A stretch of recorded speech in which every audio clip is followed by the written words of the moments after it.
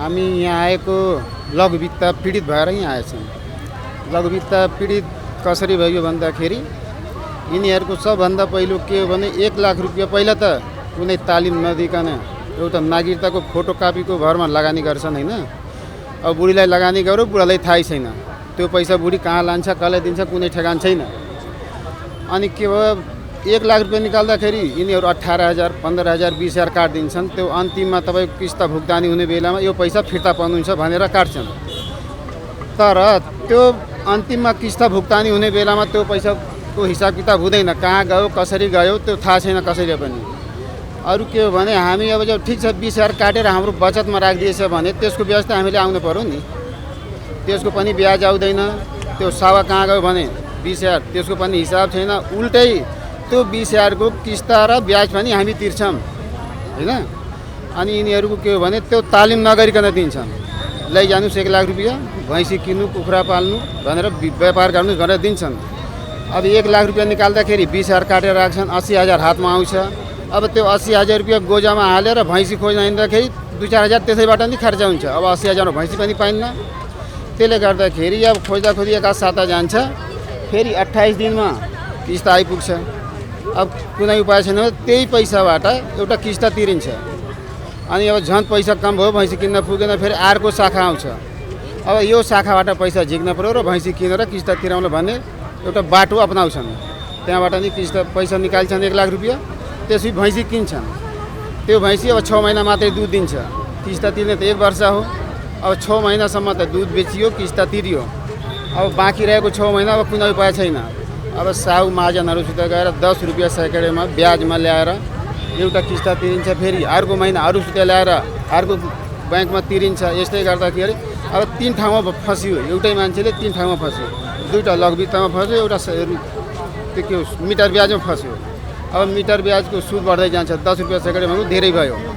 अब 1 वर्ष उसले ब्याज तिर्न सकेन भने 6 महिनाभित्रै त्यो साहु आएर फेरि त्यो तमसुको नयाँ पुराउनु गराउँछ, रिनु भन्छ। अब सावा र ब्याज सबै जोडेर सावा बनाएर फेरि त्यसको डबलको कागज गराउँछ। 50,000 पुग्यो भने 1 लाखको गराउँछ, 1 पुग्यो भने 2 को गराउँछ हैन। अब यो त झन् फस्दै गयो। कुनै हालतमा लघुवित्तको ऋण तिर्न सक्यो भने उ त मिटर ब्याजमा डुब्यो। अन्तिममा कुनै विकल्प नभएपछि उसको अब घर खेत अथवा के छ त्यो अब मुद्दा गरेपछि साहु महाजनहरू त्यसको घर अथवा खेत जे छ त्यो लिलाम गरेर आफ्नो पैसा लिन्छ। यसै गरेर यो लघुवित्तले हामीलाई धेरै दबाब गर्यो, धेरै परेशान गर्यो कि लघुवित्त भन्नाले त सबै लघुवित्त एउटै हो। नियम नीति उनीहरूको एउटै छ, जुनसुकै लघुवित्त भयो। उनीहरू त हामी जान्दैनौँ, उनीहरू आफै आउँछन् गाउँमा आउँछन्, एउटा दिदीबहिनीलाई खोज्छन् र त्यसलाई त्यो गाउँको प्रमुख बनाइदिन्छन्। अब प्रमुख भएको नाताले अब उसले 5 जना, 10 जना, 15 जना दिदीबहिनीहरू खोजेर ल्याउँछ। अब अध्यक्ष बन्छ त्यो ग्रुपको, अनि सबलाई ऋण खाना लगाउँछ। अब यिनीहरू बिना तालिमको दिन्छन्, त्यही भएर मान्छे फँसेछ कि हाम्रो फँसेको। हामी त अहिले लगभग 2टामा छौँ, अरूमा त तिरेर भ्याइयो। 2टामा छौँ, एउटा निर्धन ब्याङ्क हो, एउटा उन्नति ब्याङ्क हो। 2टामा बचत त हाम्रो पहिला 500 रुपियाँ महिनाको हुन्थ्यो। अनि एउटा 10 रुपियाँ पर महिना पछाडि जुन बैठक हुन्छ नि केन्द्रमा, समूह बैठक भन्छ, त्यो भनेर 5 रुपियाँ जम्मा गर्छन्। हामी आन्दोलन गरेको लगभग 5 वर्ष भयो। हामी खाएको ऋण तिर्दैनौँ भनेकै छैन। हामी त आफ्नो हिसाब मात्रै मागेको हो। हिसाब भनेर जुन नियम विपरीत यिनीहरूले ब्याज खाएछन्। हाम्रो नेपाल राष्ट्र ब्याङ्कको आधारमा यिनीहरू 9% भित्र लगानी गर्नु भनेछ सरकारले, तर यिनीहरू 18% खाएछन्, 22%, यहाँसम्म कि 36% पनि यिनीहरू ब्याज खाएछन्। त्यो हामी ब्याज फिर्ता मागेको हो, हामी ऋण बिना गराएको होइन। हाम्रो त्यो बढी खाएको ब्याज फिर्ता आयो भने हाम्रो 2 लाख 4 लाख जति छ दिदीबहिनीको ऋण माफ हुन्छ। त्यो कुनै हिसाब छैन। त्यही गाउँमा अब खेतीबारी छ, 2-4 कट्ठा, त्यही मात्रै, अरू कुनै स्रोत छैन। हाम्रो माग एकचोटि नेपाल सरकारले यो लघुवित्त पीडित पुरै नेपाल अधिराज्यमा जति पनि दिदीबहिनीहरू छन् सबलाई एकचोटि ऋण मुक्त गर्न पर्यो। एकचोटि ऋण मुक्त भएपछि आफ्नो सबै कमाउने खाने वातावरण बनाउँछन्। अरू केही चाहना छैन। हामी त सबैलाई यही भनिरहेछौँ कि हामी किस्ता तिर्न सक्दैनौँ। हामी भएसम्म तिर्यो, भैँस गोरु गाँडा गुडिया सबै बेचेर तिर्यौँ, अब छैन। अब हामी आफ्नो नेपाल सरकारसित माग गरेछौँ। अब सरकारले जे गर्छ त्यही सरकारले गर्छ, हामीसँग। अनि यो लघुवित्त पीडामा नै मा पनि आएको हो। आज करिबन 5 वर्षदेखि हामी निरन्तर आन्दोलन गर्दै गर्दै गर्दै गर्दै आयो। सरकार हामीलाई न्याय दे, सरकार हामीलाई न्याय दे।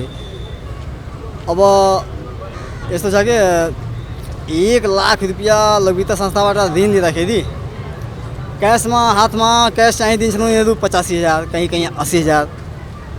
अनि तमक्सुदमा चाहिँ हुन्छ 1 लाख रुपियाँ। अनि फेरि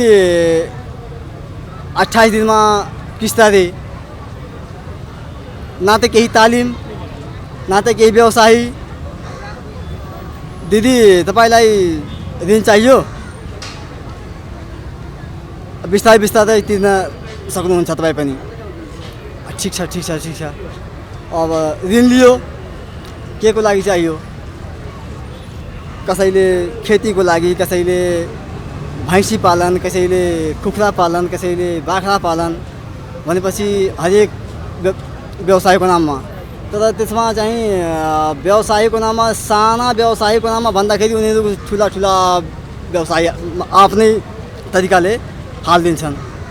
अब चाहिँ कुखुरा पाल्दाखेरि कमसे कम 42 दिन लाग्छ। 42 दिन। अब 42 दिनमा अब 28 दिन, 42 दिन चाहिँ अब कुखुरा लाउँदाखेरि पाल्दाखेरि अब 42 दिनमा चाहिँ त्यसलाई बिक्री गर्ने हैन। अब चाहिँ 28 दिनमा किस्ता बुझाउनै पर्यो। जसरी भए पनि किस्ता बुझाउनै पर्यो। अनि जुन उहाँको ऋण लिँदाखेरि जुन हामीसँग 10,000 20,000 छ नि, त्यसैबाट ऋण लिएर पनि ऋण हामी दिए। न त कुनै तालिम छ, न त कुनै ज्ञान छ, न त केही हामीहरूले त्यतिसम्म बुद्धि पनि थिएन। अब लियो अनि के भन्छन् कि खोइ किस्ता। अब 1 महिना 2 महिना 3 महिना 4 महिना 5 महिना, लास्ट 5 महिना जाँदा जाँदै सबै पैसा भ्यायो। अनि जुन कुखुराको थियो नि, अनि कुखुराको पालनमा त्यो पनि बेचेर सबै पैसा एकमुठ दिइसक्यो।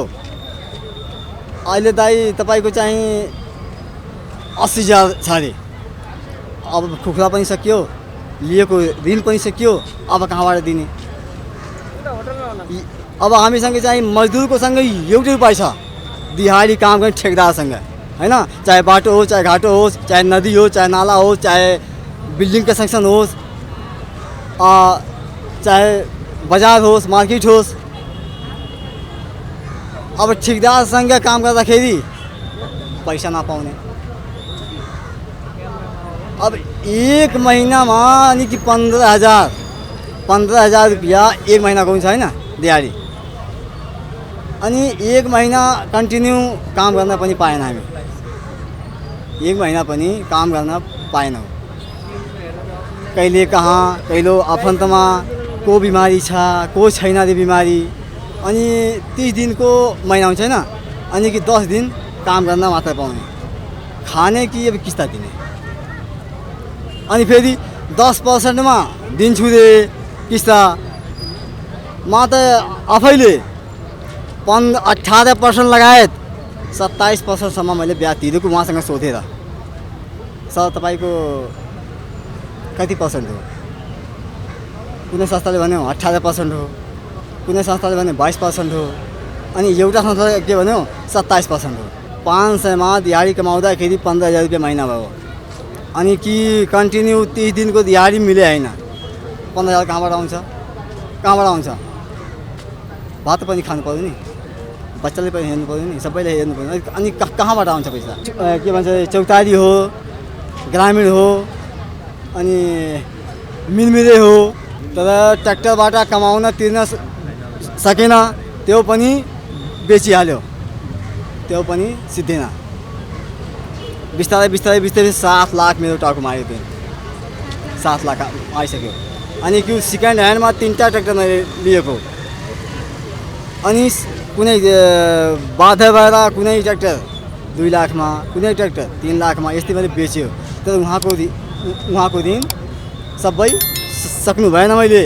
यस्तो भयो कि एउटामा मैले लिएँ, ठिक छ नि, 1 लाख, हातमा आयो कति 85,000। अनि कुनै संस्थामा अनि 80,000 अनि अब 80,000 लिँदाखेरि अब ट्र्याक्टर त छैन, अब चाहिँ दिहाडी त लाजिम गर्नै पर्यो। अब दिहाडी कमाउँदाखेरि कुनै ठेकेदारसँग मिलेर काम गर्दा गर्दा ठेकेदार साहब आज मलाई पैसा चाहियो अरे, भाइ आज छैन, 1 हप्ता पछि आउनुहोस्। अब फोन गर्दा गर्दा उहाँको पनि फोन उठेन अरे, अनि कि 15-20 दिनपछि 10,000 छ भने 5,000 दियो। हाम्रो अब कुनै विकल्प छैन म्याडम, हाम्रो विकल्प एउटै हो, अब माइती घरमा हामी आएकै हो, अब सरकारले न्याय दिएन भने एउटै हामी अब बाटोकै छ कि साँच्चीकै अब चाहे विष खाएर मर्ने।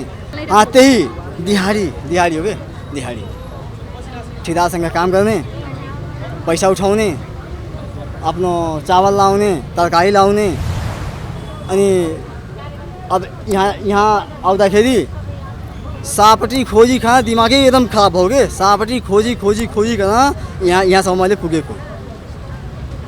अब यहाँबाट जाँदाखेरि अब सापट्टि कहाँबाट दिने, अब दिमागमा अलिअलि घन्टी बजिरहेछ, सापट्टि कहाँबाट दिने। अब फेरि गएर 3-4 दिन 5 दिन काम गर्ने, पैसा उठाएपछि बल्लै उहाँलाई फेरि दिने, न त त्यो पनि फेरि दिँदैन सापट्टि।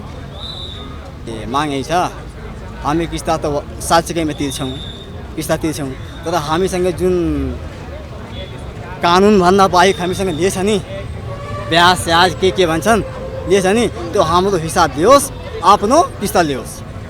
अनि एउटा मागै छ, हामीलाई रोजगार पनि चाहियो, बिना रोजगारको हामी जिन सक्दैनौँ। ठेकेदारको के ग्यारेन्टी छ, आज मलाई बोलायोस् भोलि अर्कालाई। अब जब अनि तपाईँहरू जस्तै जब हुन्छ नि रोजगार, हामी पनि ढुक्कै बस्छौँ, अनि दिनदिनै काम मिल्छ हामीलाई, कन्टिन्यू काम मिल्छ हामीलाई। महिनाको पनि आउँछ 10,000 15,000 मतलब जे पनि होस् आउँछ, त मान्छे पनि मजबुत अलिअलि हुन्छ के। अब जस्तो अब ठेकेदारसँग दिहाडी गरेर के हुनेवाला छैन।